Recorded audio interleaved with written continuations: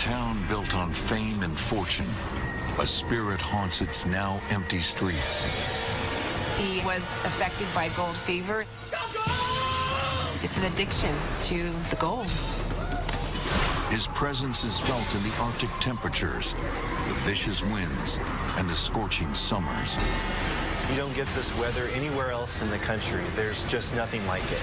And legend has it that if you take in the spirit that haunts this town, a deadly curse will befall you. I was sure that if we didn't break the Bodie curse, that we may possibly all die. Because Bodie's gripping tale is one of greed, deceit, and murder. What comes around goes around, and if that was the case, then I guess he got it. He was the first casualty. He was beheaded, and found a piece of him in here and a piece of him over there.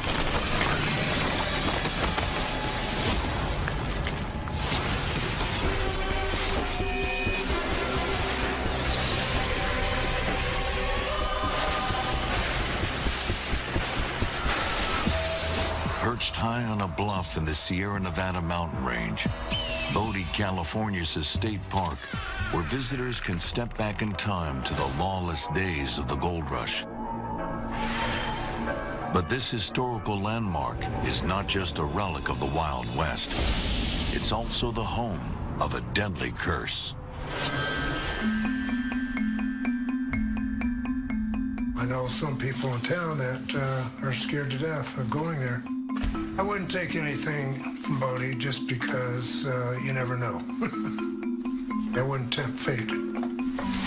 If you take something away from here, it'll give you bad luck. Yeah, I've heard stories where people had to mail stuff back to Bodie. I have gotten mail in my mailbox addressed to Bodie. It was a square nail, and there was no explanation or anything.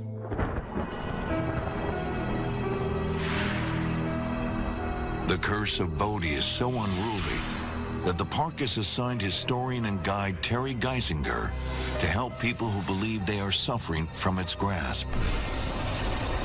We have letters, lots and lots of letters of a file that's probably 4 inches thick, describing unusual things that happen to people if they take something from Bodie. The stories go on and on. We've heard a lot of things, and it's really sad because some of them are real powerful stories. Probably the most memorable was back a few years when a man approached me. This man was very sincere and very emotional. He wanted to know how he could go about bringing an item back to Bodie. He went on to tell me that it was a piano that his family had had.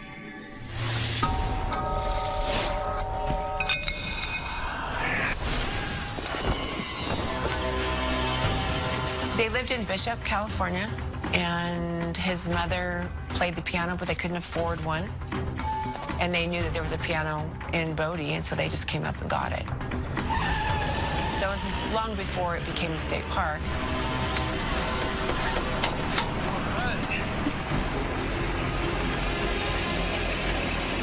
Starting from the very moment the family takes the piano, they are plagued by misfortune.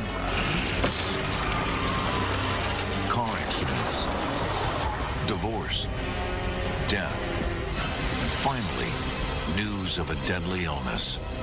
The sad part of the story was that his daughter had just been diagnosed with leukemia, and it was the last straw. Desperate to break the curse of Bodie, the man arranges to send the piano back immediately. He was bound and determined to leave the piano in the parking lot if we didn't accept it. He was bringing it back no matter what. Within 2 weeks, the piano was back.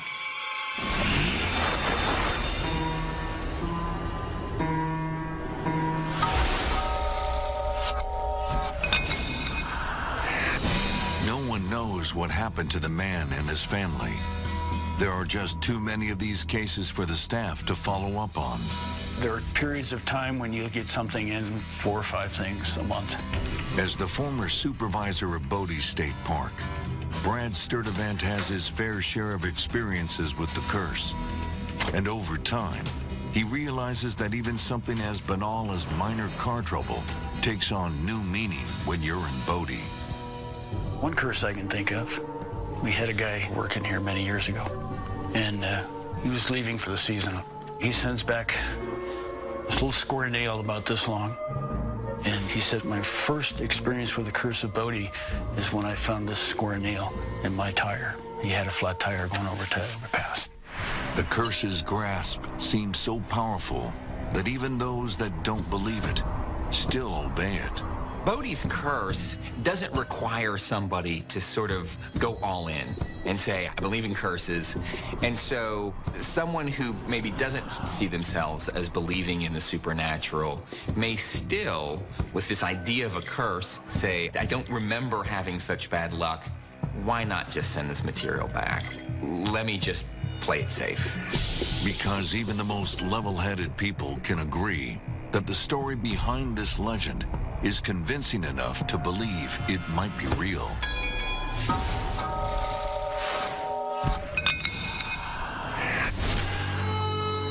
And many say this curse begins with the town's namesake, W.S. Bodie. Back when this mountainside was nothing but open land. W.S. Bodie was from Poughkeepsie, New York. He was very exceptionally smart, was literate, and he was out west trying to strike it rich. W.S. Bodie is just one of many trying to find their fortune during this time. The gold rush of 1849, most everybody who was looking for gold ended up in the Bay Area, San Francisco, and places like that, where the mining claims had sprung up on the west side of the Sierra. It's an exciting time full of hopes and dreams, chaos and uncertainty. And W.S. Bodie is swept up in the moment. He was affected by gold fever. It's an addiction to the gold and an immense amount of hope ingrained in all of us of a better life. After toiling away on the western side of the Sierra Nevada mountain range for 9 years, W.S. Bodie realizes most of the mines have been tapped. Historian Nick Garayev believes that this is why he crosses into uncharted territory. Only the very brave would go over to the eastern side of the Sierras because it was life-threatening.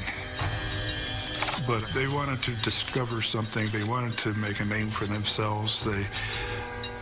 They just had ambition. But even the most ambitious often underestimate the risk that lies on this side of the Sierra Nevada mountain range. The Eastern Sierra fools a lot of people because they come here and they don't expect the extreme weather. Winters are pretty unforgiving. 20, 30 below zero is pretty normal for wintertime. And with wind chill, you can probably see 50, 60 below zero. Even in the summertime, it can be 90 degrees, but feel like 120 degrees. But none of that matters when there's gold to be found. Weather was never a deterrent for these sturdy prospectors. They would go to the side of the mountains where you would never think that a billy goat would go. And before long, the risky excursion pays off for W.S. Bodie. However, the mountain's weather patterns can change at a moment's notice. And the prospector's luck doesn't hold out for long. Mother Nature sometimes is very unpredictable. W.S. Bodie never reaped the benefits from his discovery.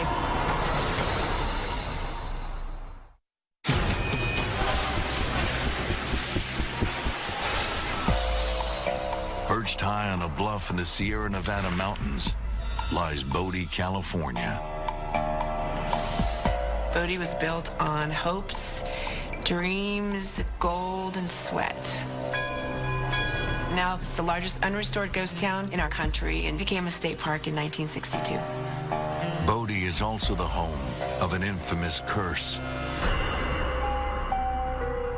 If you take something from the place, you will pay the consequences. Legend has it that the curse of Bodie dates back to the 19th century, when folks had only one thing on their mind: gold.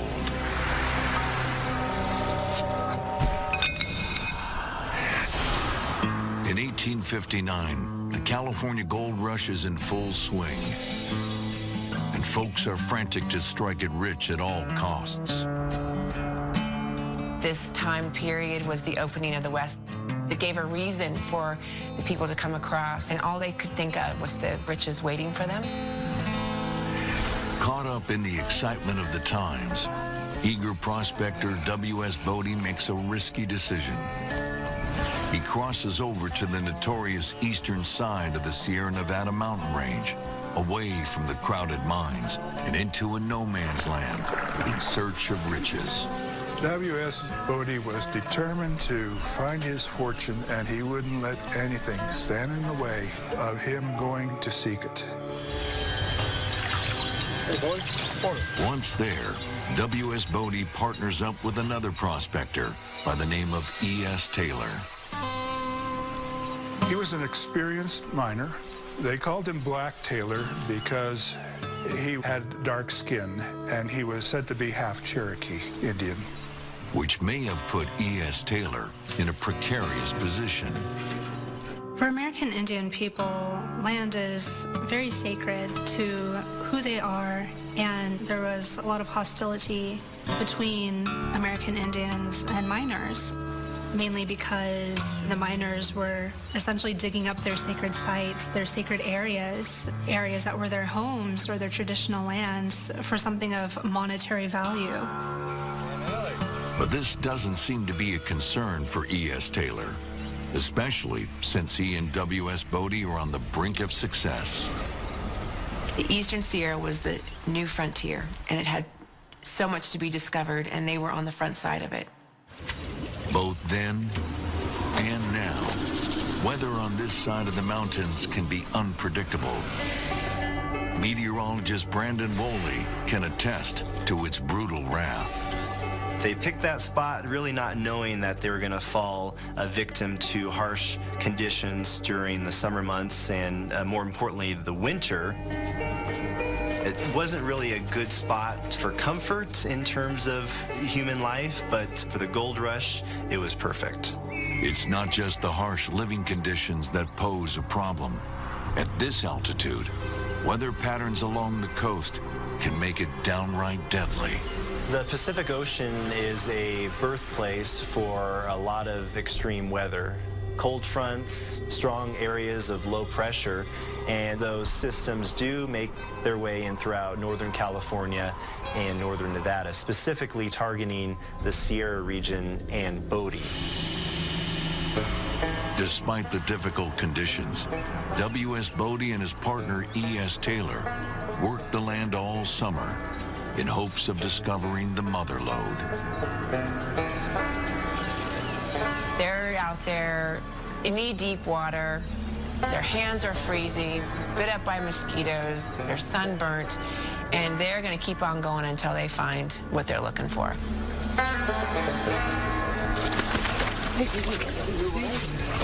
Being at that high elevation during the summer months and being on a plateau can be very tough on the human body because you're closer to the sun and you're not really protected. You don't have any trees around you or big hills to protect you. Also, you can get dehydrated very quickly because of low relative humidity in the high desert region. The hostile conditions are just one of many issues plaguing these pioneers. W.S. Bodie and E.S. Taylor were in no man's land. The closest town was about 15 miles from where Bodie had the cabin.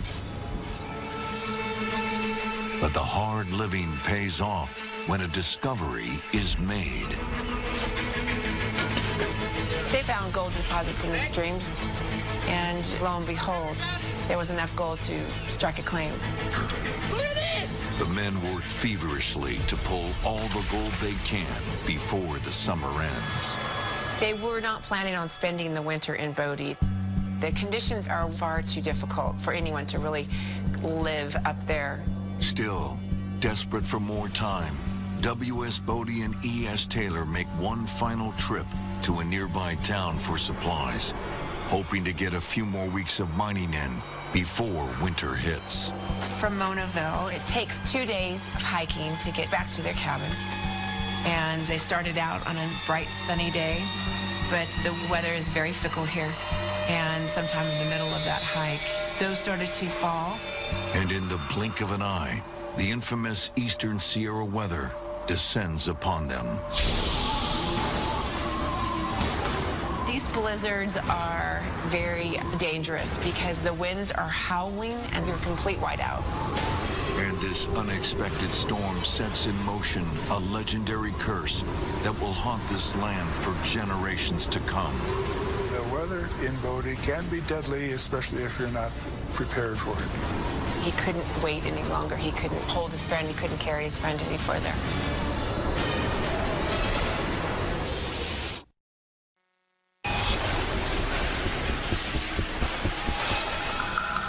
After making the discovery of a lifetime on the eastern side of the Sierra Nevada mountain range, gold miners W.S. Bodie and E.S. Taylor believe a great fortune lies in their future. But they push their luck by staying on the eastern side of the mountain long after they should have left. The weather in this area can be unforgiving. Of course, nowadays folks know what to expect. Weather can be extreme here. When I was in the 8th grade in 1955, it was 52 below zero once, and snow was level with all the fences, and very, very severe. But back in 1859, W.S. Bodie and E.S. Taylor have no idea what lies ahead for them once the seasons change. Towards fall and winter, we start to get some unpredictability because of the Pacific being so close to the Sierra Nevada mountain range.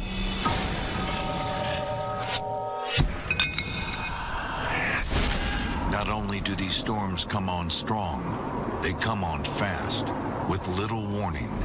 We can get a whiteout condition going in a matter of minutes. And then as the system passes through, a lot of accumulation occurs. And then behind that system, we get some post-frontal winds that could keep the blizzard conditions going for days.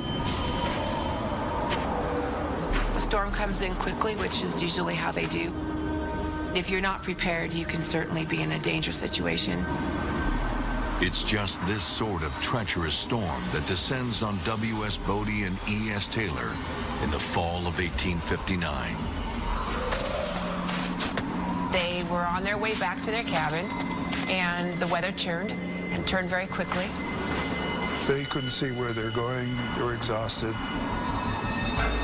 These blizzards are very dangerous. And when it's whiteout conditions, it's not only blinding in the distance, you can't see where you're putting your feet down. Legend has it, the two men wander the mountain in search of their cabin for days.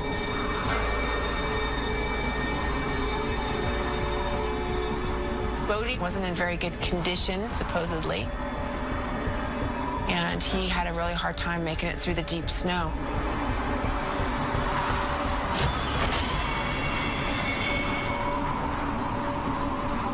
Taylor tried carrying him on his shoulders, and he can only go so far. Staring down death, Taylor makes an impossible decision. He figured, well, I got to save myself. So he wrapped him in a blanket, and he was intending to come back to get Bodie after he could get some rest.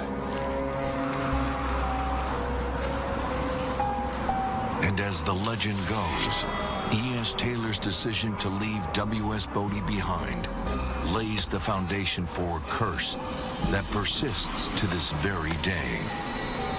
I think Taylor probably knew that that was the end of Bodie when he left him.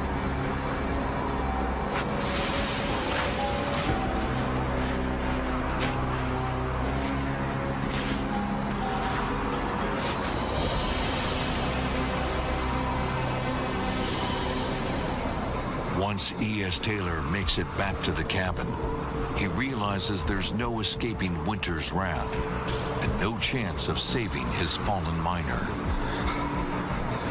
It starts to snow during the months of October and November, and because of its high elevation, it might snow all the way through the month of May.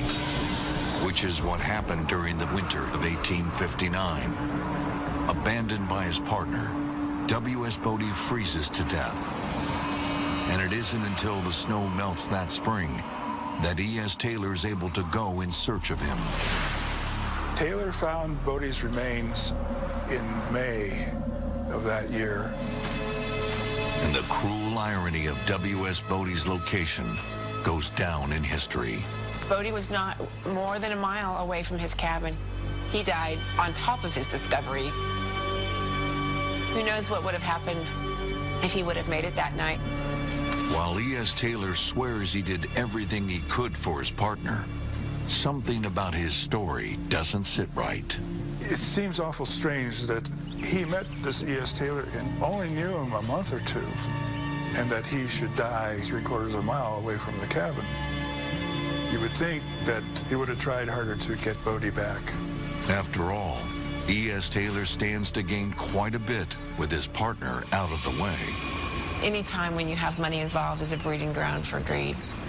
Was Black Taylor actually thinking of taking over the claim? That is the great mystery. But what goes around comes around, and this isn't the last that anyone has heard of W.S. Bodie. His legacy will live on in a boomtown and its legendary curse. Bodie wanted revenge on Taylor, and Taylor got his just rewards.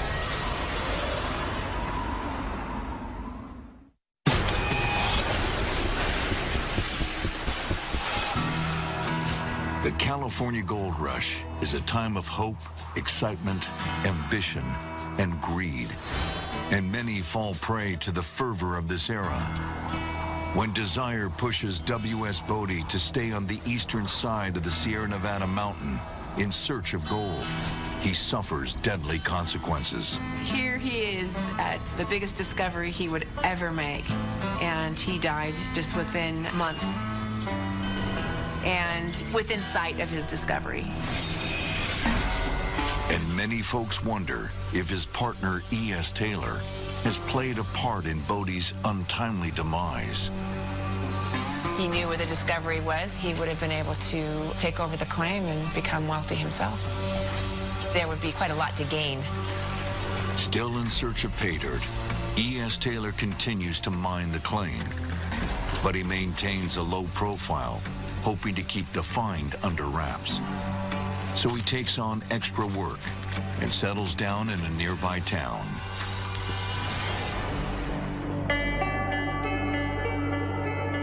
The story goes is that Black Taylor was taking care of a ranch and the livestock for the owner. Since W.S. Bodie's death, Taylor has not made enough headway on the claim to strike it rich. And as fate would have it, he never will.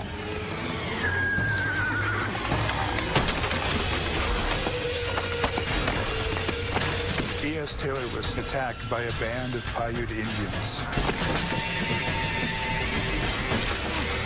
He was scalped and beheaded. Such a gruesome death was obviously the result of a lot of hostility in the area. The people who killed E.S. Taylor definitely wanted to send a message by scalping him. And there may have been hostility towards another American Indian helping the miners. They didn't care for the land. They cared for the gold. And because of that, a lot of hard feelings were created. Even though the circumstances around his murder will never be fully known, Taylor's bizarre death still raises questions, and many wonder if perhaps it is the work of his old partner.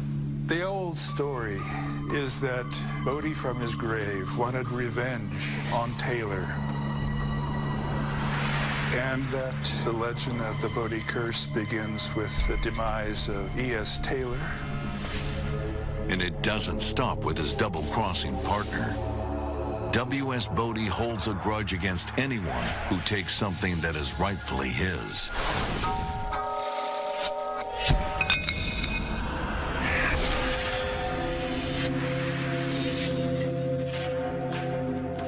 We just got this box back. Haven't opened it yet. As usual, here's the letter. I'm returning this back to Bodie State Park where it should have stayed in the first place. We visit on August 5th, August 7th, 8th, and 9th, extreme sinus infection, had to get Demerol shot. August 14th, my oldest son dropped a ball on my foot by accident. It cut me. My 9-year-old daughter was stung on the foot by a red ant. My apology, and I will continue to visit Bodie once returning back to California. So we have the typical return, glass pieces of iron, a lot of glass actually. Everyone's experience with the curse is different, some more frightening than others. But one thing remains the same. They experience some strange phenomena when they leave the park, whether it's the same day or next week or years later.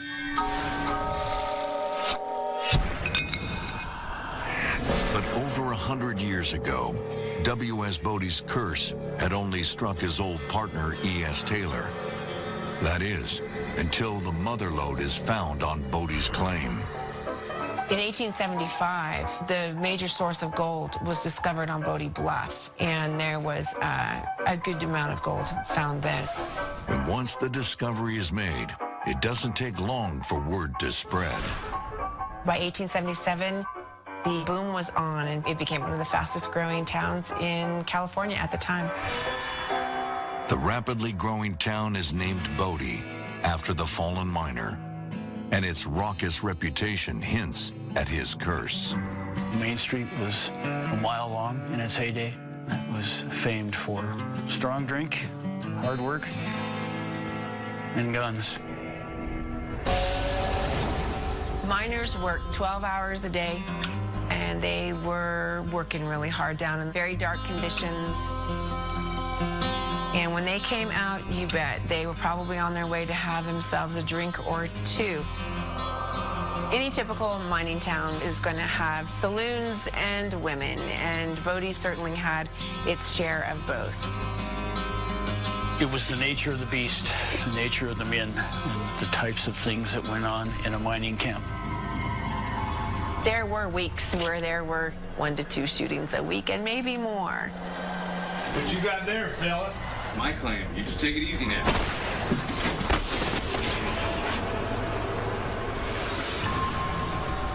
With this kind of reputation, it seems the spirit of W.S. Bodie is back to his old tricks.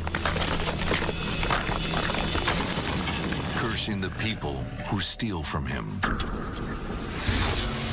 But that's not the only reason people in Bodie suffer. There was a lot of people that died from weather conditions because they weren't expecting the frigid winter temperatures. There's only about 30 days out of the year that we do not freeze, even today.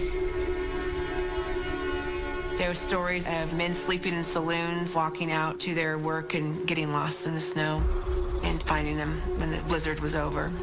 Easy to lose your way. The conditions keep everyone on their toes at all times.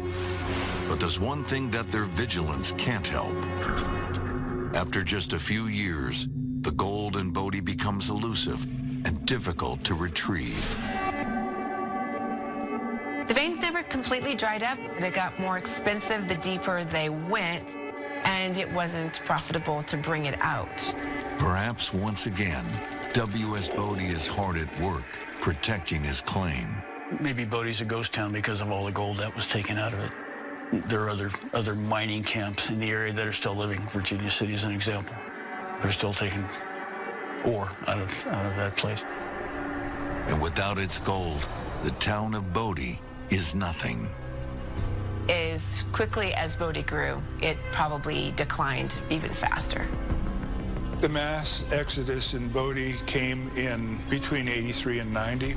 You had 8,000 and 5,000 people, and then it dwindled down to a couple of hundred. Folks leave in such a hurry to get away from the horrific weather conditions. They don't even bother to move their things.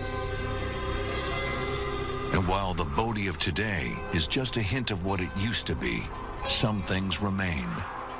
Like the legend that protects this town and its legacy. The Bodie curse seems to be alive and well. And nowadays, with all the trinkets lying around, A lot of visitors have a hard time resisting the urge to test the spirit of Bodhi.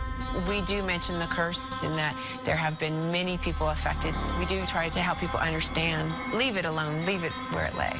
But if someone decides to tempt fate, the curse always gets the last word. A recent visitor to the park found this out the hard way. I just wanted it to stop because it was like boom, boom, boom, one after another. And her first-hand encounter is so convincing that the legend of the curse can't be questioned. I was sure that if we didn't find a way to break the Bodhi curse, that we may possibly all died.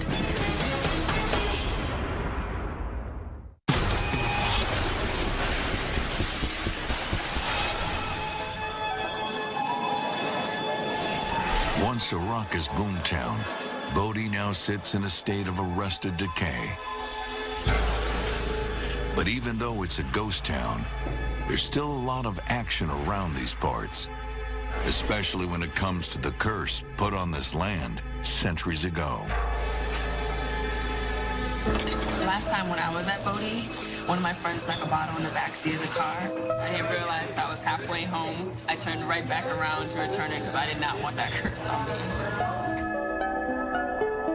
me. People are smart to be scared of the curse, because once it's in effect, there's no telling what bad luck will come. I believe the curse affects people differently, depending on where they are in their own lives and maybe the lessons they need to learn. Carissa Gardner, a no-nonsense mother of 3, didn't think she had much left to learn. That is, until she pays a visit to the ghost town. It just seemed like something different and neat to do with the kids over the summer. I read about the curse, and I told my husband and my children before we even drove to Bodhi, don't take rocks, don't take anything you see on the ground, don't take anything. Curse of Bodhi, he's coming to get you. Better run.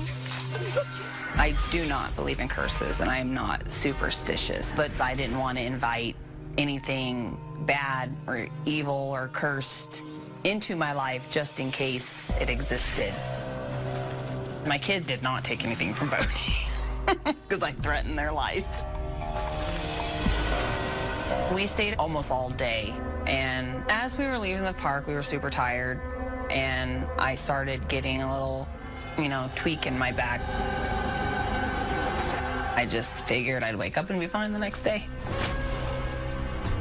Well, my back pain did get worse, and I had to make an appointment with the back doctor. And he had checked me out, and I had a disc out of rotation. He made an appointment for me to come in to get a full adjustment, and he prescribed me 2 Valium.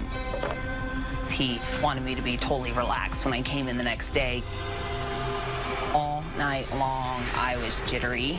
I felt tense, which made my back feel worse. I couldn't sleep.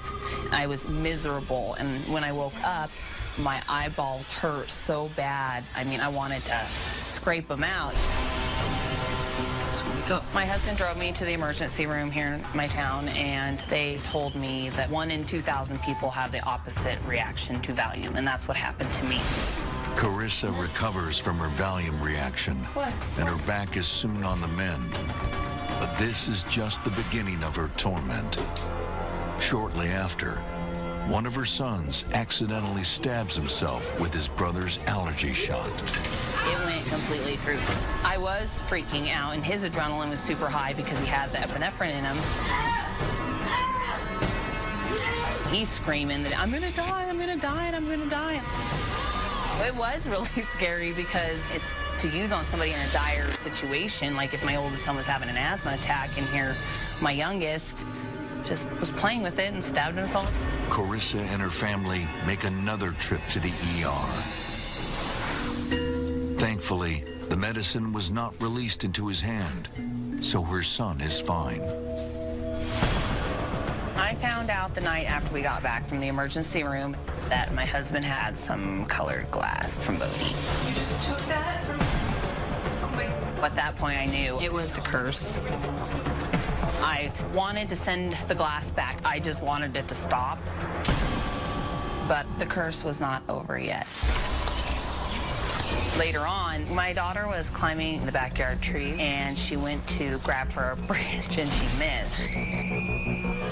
I didn't even second guess it once. I was just like, I already knew. I just knew she broke her arm. We went to the hospital and she broke her upper humerus. We made 3 trips to the ER within a 10-day period. At that point, I knew that I had to do whatever it would take to send that glass back. I did not want to wait around and find out what happened next.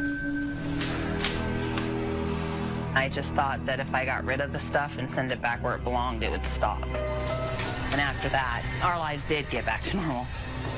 I didn't have any problems at all. It just stopped.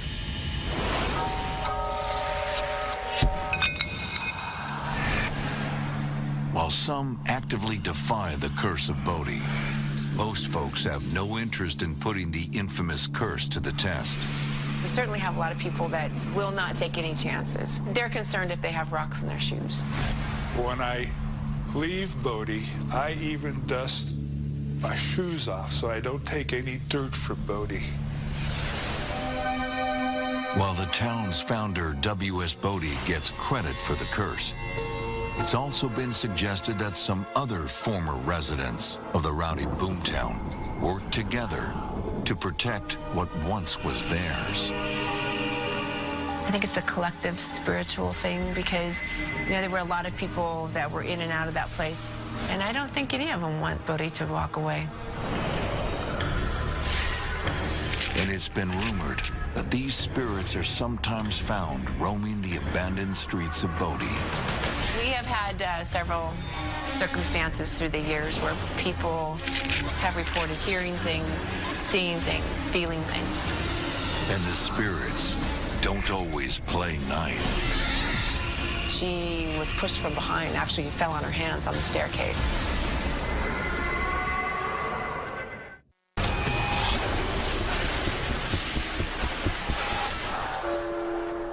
Best known as a ghost town high in the Sierra Nevada mountains, the history of Bodhi, California is full of alluring stories. And the curse set upon the land by W.S. Bodhi is just one of them. It's also been said that this town is haunted by former residents from the gold rush. Is Bodhi haunted? I don't know. It is really creepy up there, though. One time when I was up there, I met this guy, and he was telling me a story about him and his wife were over at the schoolhouse, and they heard children, running and playing, and they went to go talk to the park ranger, and then said, "Hey, are there kids here?" And they're like, "No, there aren't any kids here. In fact, you two are the only couple at the park right now."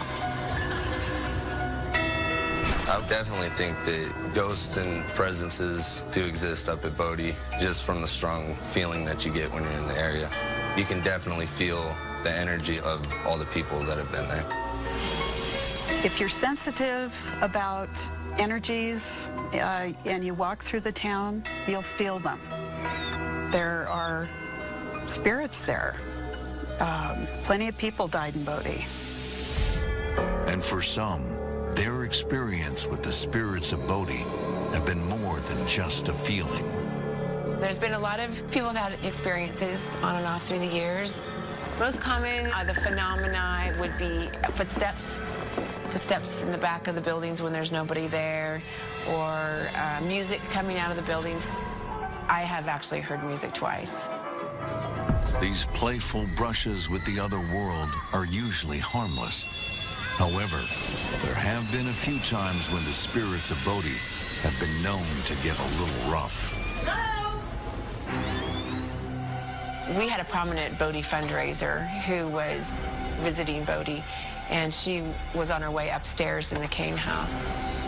And she was pushed from behind, actually fell on her hands on the staircase. Perhaps it was the legendary Bodhi wind that nudged this visitor up the stairs, but she felt otherwise and didn't want to take any chances. She said out loud that she was only visiting, that she wouldn't stay. She left the house unscathed, but the experience scared the woman enough to make good on her promise. About a year later, she was invited to stay overnight with me in the house because we were having a big event, and she kind of laughed at me and said, "Are you kidding? I'll never go in that house again."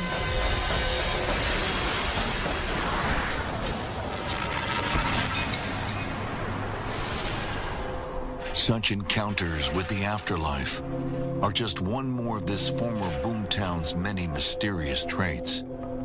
And it turns out, this enigmatic history has come in handy. I believe the curse protects the town because it raises awareness of why we need to leave things alone. We certainly use the experience of the curse to try to prevent people from thinking that they should pick up stuff and take. I think one of the most interesting things about the legend of Bodhi is its practical application. For all of its supernatural trappings, it has a very mundane moral, which is don't take things that don't belong to you. Many legends, the moral and the value system, it's just a little below the surface. This one's just right on the surface. You really can't miss it. But there is only so much the curse can do for Bodhi. The extreme elements on this side of the mountain threaten to wipe this cherished relic off the map for good. It is surprising to me that there are so many buildings left standing today in Bodhi. With all of the harsh weather that comes through during the summer, you have extreme heat and drying. During the winter, you have extreme snowfall, a lot of snowfall accumulation with 20-foot drifts and cold temperatures. And then put into that the hurricane force gusts in excess of 90 to 100 miles per hour. Those buildings shouldn't be standing there today. But everyone works hard to keep Bodhi as it is. And there is a good reason why. There is an essence in Bodhi that you will feel nowhere else. It's the old buildings that are creaking in the wind. It's the dust that's accumulated inside. It's so special and it's unique. There's no place like Bodhi. There's no place. Bodhi is definitely part of our American history. There are so many stories of Bodhi and so many points of history that are intertwined with it. There's something spiritual about the place to me. The Bodhi experience is different for everyone who visits this sacred place. Most are just happy to wonder at its deteriorating beauty and the story that it tells. Bodhi needs to live in your memory and in your heart, not in your possession. While others can't resist the urge to test a centuries-old scourge and pay dearly for their curiosity. You really do need to obey the rules. Don't tempt the curse. Leave Bodhi together in one piece, and you'll be okay. But even if one does escape the curse of Bodhi and the town's many restless spirits, they still have to contend with the mysterious and powerful elements that strike at a moment's notice, leaving one to wonder if perhaps the weather will have the last word in the sordid history of this little mountain town.